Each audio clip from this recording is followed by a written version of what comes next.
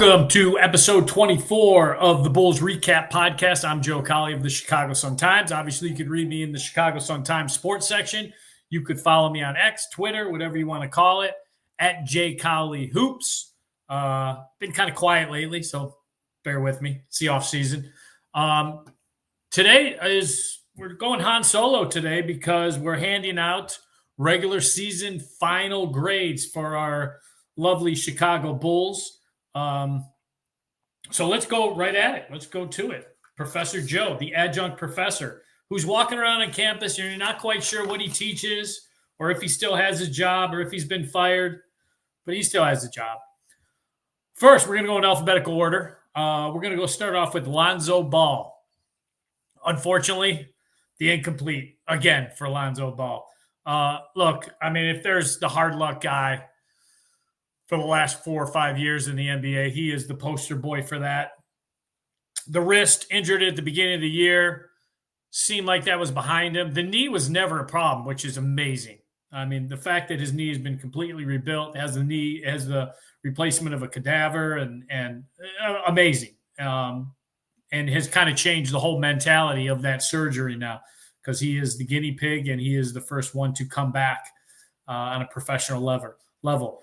Unfortunately, that wrist that he hurt at the beginning of the year became an issue at the end. Missed most of the second half when they really could have used him, his defense. So we're going to give him an eye for the incomplete. It's unfortunate, but that's what it is. Rookie, Modest Buchelis. We have to do this as a whole. If you're telling me, Joe, let's just grade him on the second half of the semester, that's great. But guess what? Everything counts, and we got to start with the whole semester. So that's why he gets a B. Second half, he was an A-, B+ player.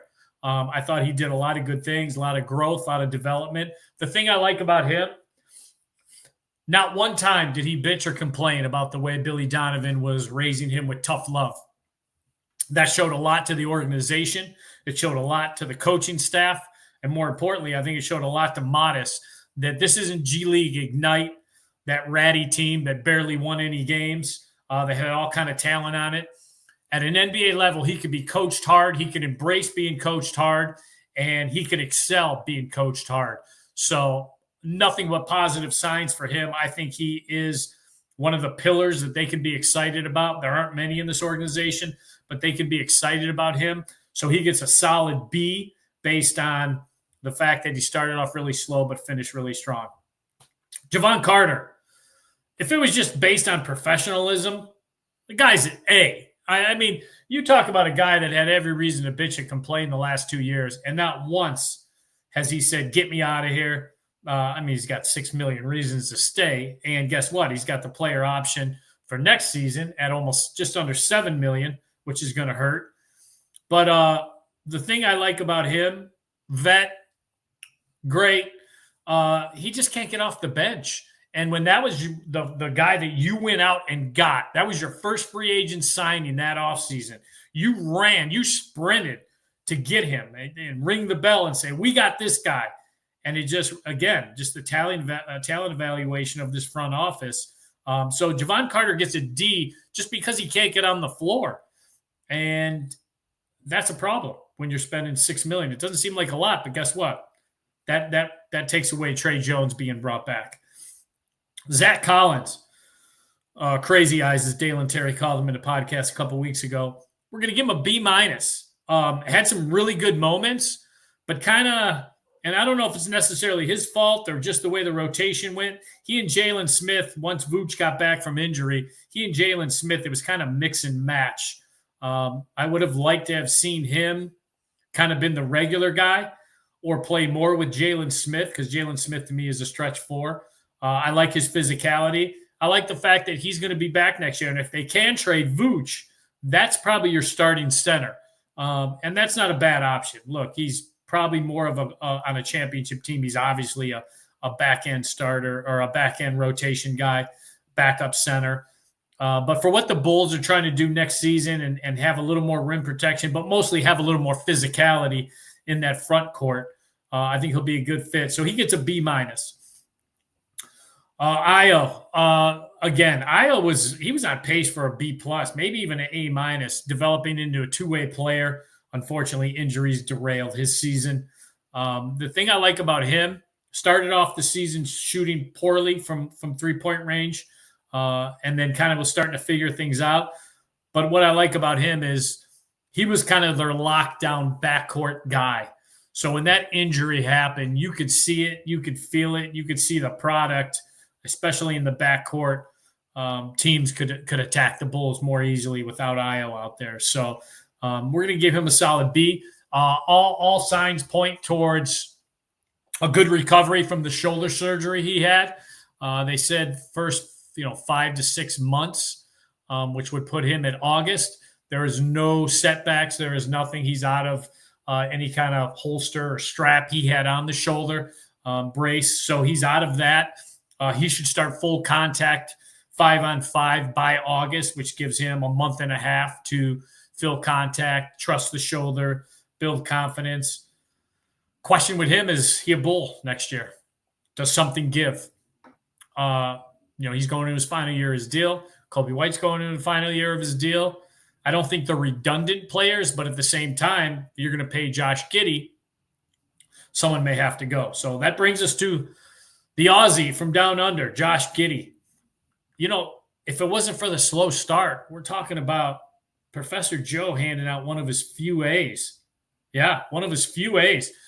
Problem with Josh was the start was so bad. The first month, 6 weeks, unplayable late in games. Billy Donovan had to be going, what the hell did we get with this guy? We gave up an elite first-team defender for this. But to Josh Giddey's credit, he said he needed a reset, and it wasn't just the Zach LaVine trade. He said he needed a reset at the All-Star break, and he got one. And he was like a different guy coming out of that break. He's still not the greatest defender. Miami showed that, but he's a willing defender now. He understands the importance of defense. He stressed that. That doesn't mean teams aren't going to hunt him down and attack him. But the fact that the Bulls aren't trying to hide him anymore tells me he's taking strides and he's climbing those steps, kind of like Zach LaVine, climb those steps. The first part of that step is a big one because you have to be a willing defender. You have to say enough is enough. I don't want help. I don't want us double teaming this guy. I don't want us blitzing this guy. I just want to stand my ground and I want to take this guy. So credit to him for figuring that out. Outstanding second half.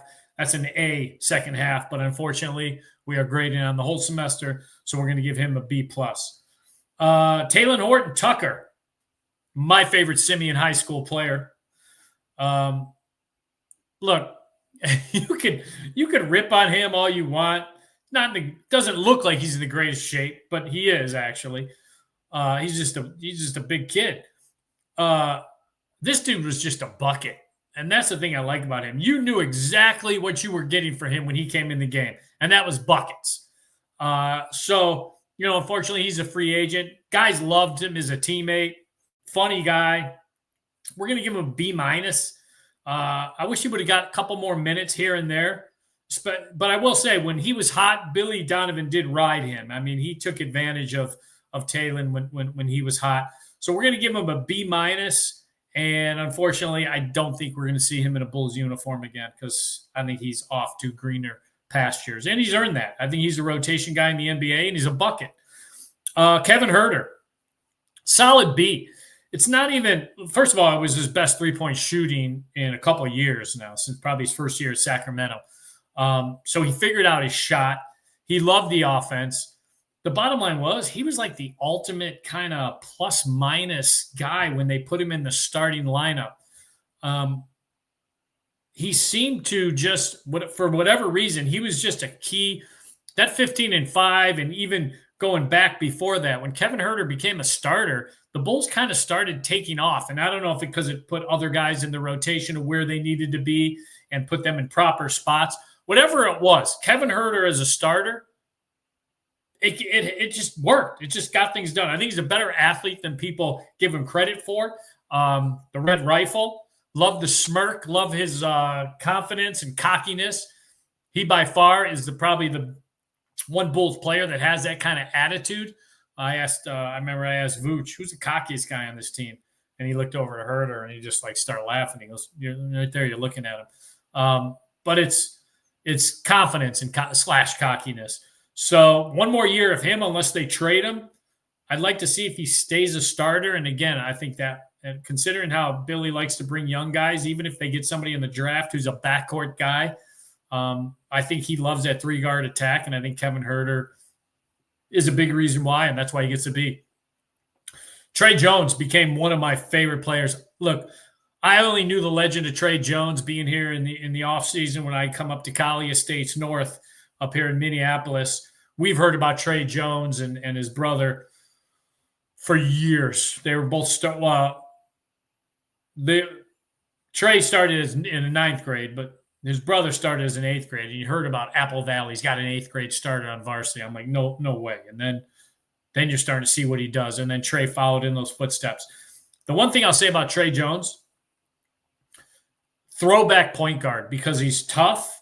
He's got a share mentality, high IQ. He's probably one of the higher IQ players that I've covered in a couple of years with the Bulls. Just understands what you want. And Billy Donovan always feels like kind of like coach and in football, coach and quarterback is coach and for him, his point guard. And so he always likes to have a link with them. And Tre Jones was the perfect quarterback for Billy Donovan's offense. The bad news, like Talen Horton-Tucker, it's going to be really hard to keep Tre Jones. Just look at the number of guys they have guaranteed contracts. He's a free agent. Javon Carter's going to be picking up his $7 million. I think Tre Jones was making about $9 million this year. He probably earned a little bump, not much, because there's just not a lot of money for teams right now. But a team could definitely fit him under there and make him a key rotation guy. I just don't see, and he loves the Bulls. He loves the style of play. Unfortunately, I just think they can't afford him, and that's too bad because he was great to cover and probably one of the nicest human beings, by the way. But that doesn't go into the grading system. Julian Phillips. I'm going to give Julian a C. There were moments, but not enough. And it's not necessarily his fault. Again, you had a crowded rotation and the times. Look, when you're Dalen Terry and Julian Phillips and Talen Horton-Tucker, when Billy gives you those minutes, you better take advantage of them. And that's how you keep minutes. That's how you stay in the rotation.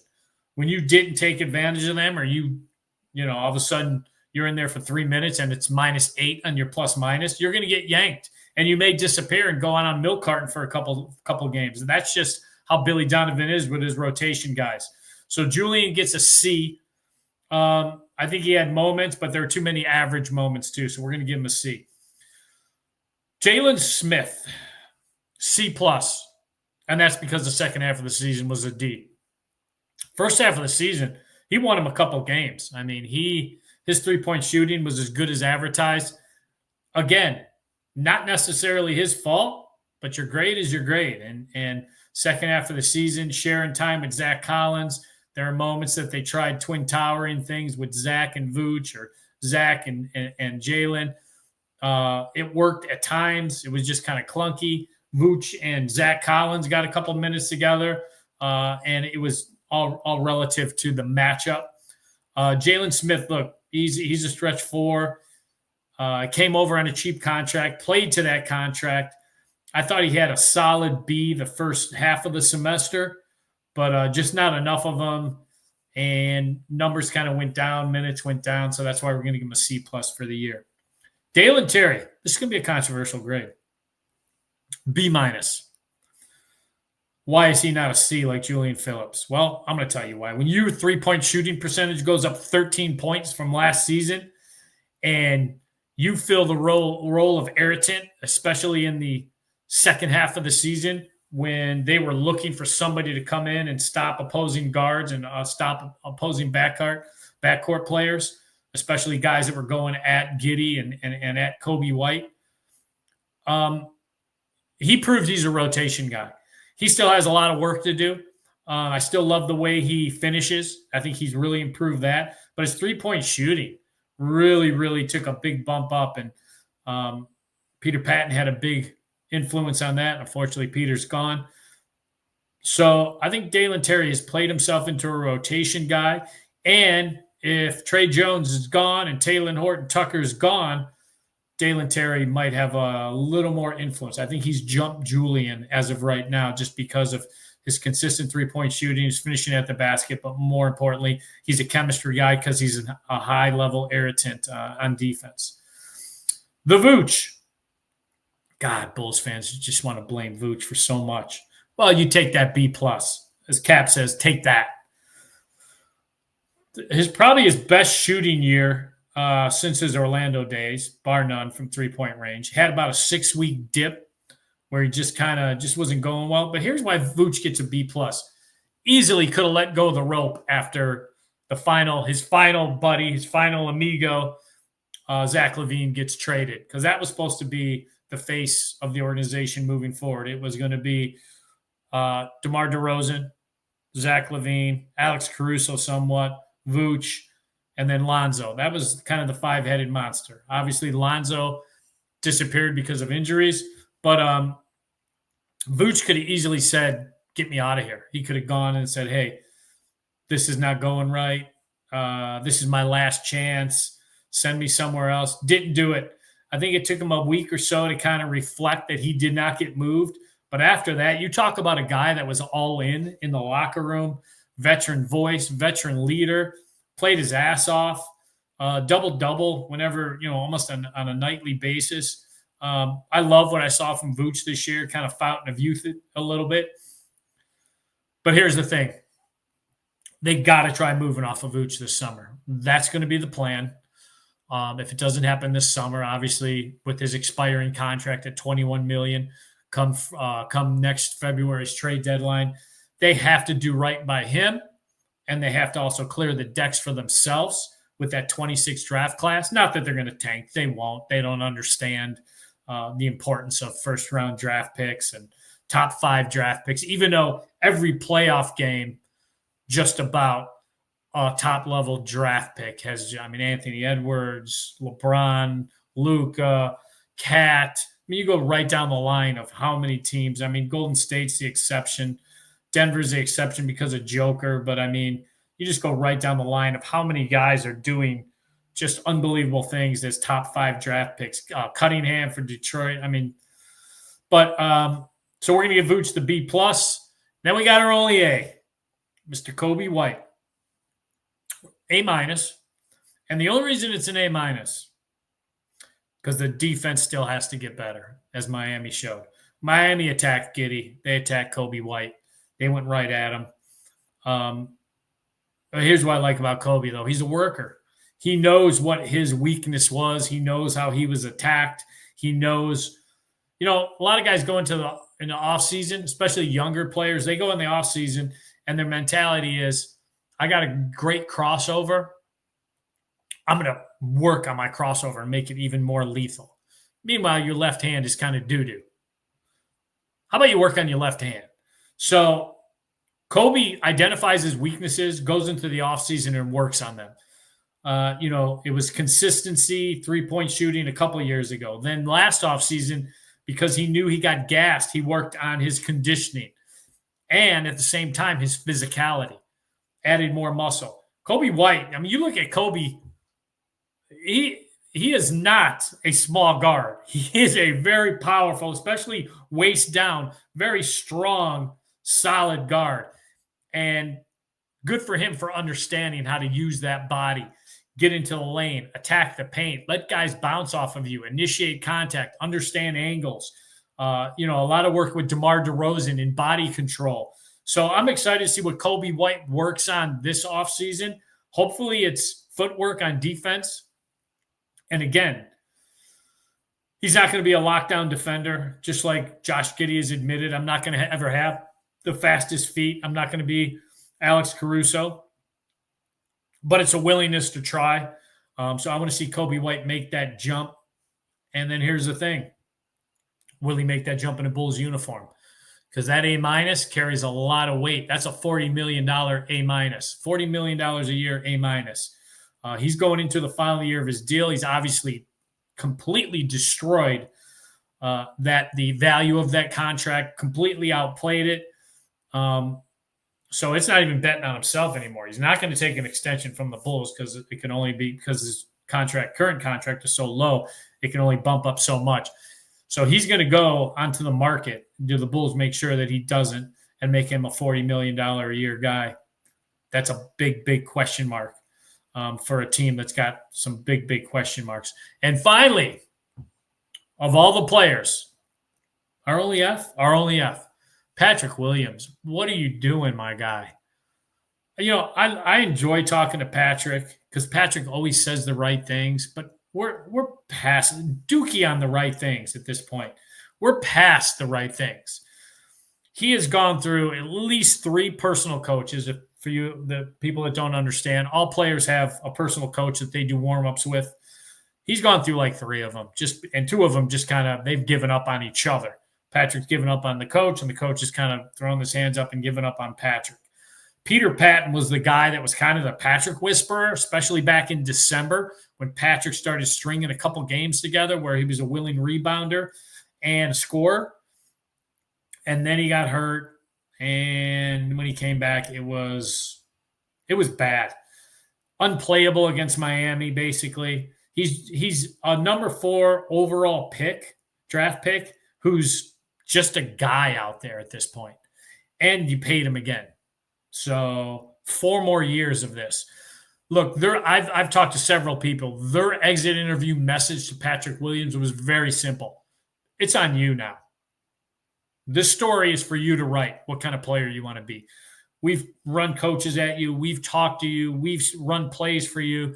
We've tried getting you to stop being a passenger and take the damn wheel. It's on him at this point. So I'm giving him an F.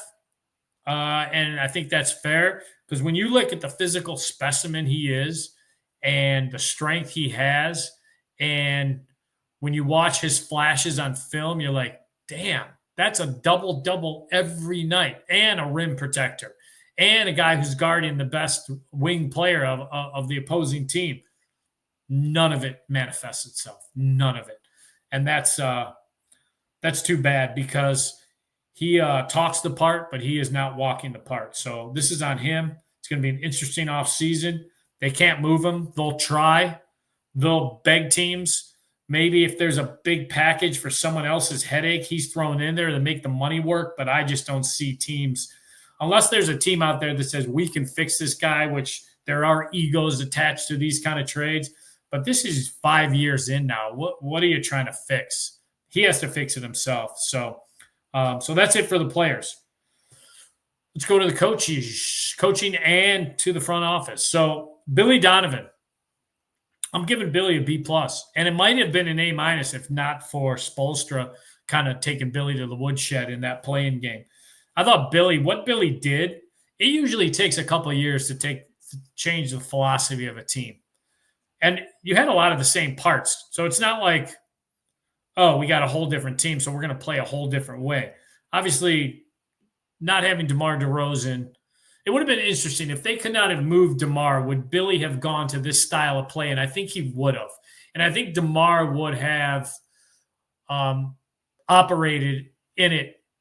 I don't know how effectively, but he would have operated in it. I think he would have embraced it because he'd still get his mid-range opportunities. But for Billy Donovan to say, we are completely changing the style of play and identifying, as he put it, we either have to run or we're done, or run or we're dead. Either way, he said it both ways, because it covered up a lot of flaws. It is the perfect way to attack a regular season. But as we all saw, and we're all seeing in the playoffs, first round of the playoffs, this little gimmick, this little run and gun, fun little 8th grade St. Mary's offense, it would be really, really exposed in the playoffs like it was exposed against Miami. The physicality that's being allowed in the playoffs, they really have to look at this and say, okay, we'll run and gun you in the regular season, but we better have a backup plan and some half-court sets and the idea that every basket is going to come with some pain, because these playoffs have just been 1980-esque. I mean, it's been fun for me to watch. I don't know how many people generationally like what they're seeing, but this is my style of basketball that I grew up watching, whether it was Billy Donovan in the Big East days with Hoya Paranoia. And I mean, this has just been beautiful. So Anxious to see what Billy Donovan comes up with, and obviously a lot will be predicated on what they do draft-wise. But I think Billy gets a solid B+, and again, would have been an A- because how well he flipped it. They lost a defensive identity, so that knocked it down. But mostly it was that play-in game where Spoelstra, who is top 3 coach, I don't care what happened to him against the Cavs. That was going to happen at whoever came out of the East and had to face the Cavs. But Billy Donovan, solid B+. I thought it was his best year as a Bulls coach. So, B+. Arturas Karnisovas. We're not going to put this on Mark Eversley. We're not going to put this on the front office grade as a whole. Because if I thought it was a collective and I thought it was a collaboration, I would say, as a whole, an F. But this goes on one person, Arturas Karnisovas. So let me begin. Great move in the offseason, trading DeMar, because you had to get off of that contract. And for Billy to run the style of play he wanted fully, you had to get off of DeMar. I still think DeMar would have embraced it, would have been solid in it, but the pace would not have been top 3 with DeMar like it was. So kudos to him getting off that deal. And then trading for Josh Giddey, a win-win for both teams. If Oklahoma City's holding up that Larry O'Brien in a month or 2, or month and a half, they don't give a damn how good Josh Giddey was the second half of the season. Mission accomplished. We added a defensive first teamer to an elite defensive team, and we smothered teams all the way to holding up to Larry O'Brien. Great NBA trade. Win-win. That's the kind of trade you want as a front office on your resume. We got better. We made you better. Call me. Here's the problem. Arturas is tough to talk to for opposing teams. He's tough to talk to for agents. He's tough to talk to for the media, whether it's the secrecy he wants to keep. And the other thing, this is a full dictatorship. I've talked to enough people now to know there's some good ideas that have been run up the flagpole, and he cuts the rope of that flagpole as quickly as that flag's going up. If it's not his idea, he'll listen. He'll nod his head. He'll ask guys, what do you think? Make him feel like that he gives a damn. But this is an Arturas production. So let's break down more of his offseason or his season. Traded Zach LaVine. Okay, good. Got his control of his draft pick back. Excellent. But you can't pat yourself on the back and break your arm doing it when the only reason you got to do that stuff is you're cleaning up your own mess. You self-inflicted a wound and you bandaged it, and you looked around and said, I'm a doctor. Look how great I am. That's not how it works. You painted yourself into this corner and you figured out a way to get out of it, and you felt like you deserved something. But here's the biggest reason there's an F sitting on that report card. A complete misunderstanding, malpractice, whatever you want to call it, of understanding when to tank based on the talent in the draft class, when not to. Would I have tanked this past season with this draft class? No. Beautiful what they did. Let's play hard. Let's try getting as far as we can. Asses in the seats. The sheep will come. Bang. However you want to describe it. Great. Because you know why? The draft class didn't dictate it. 25 draft class dictated it.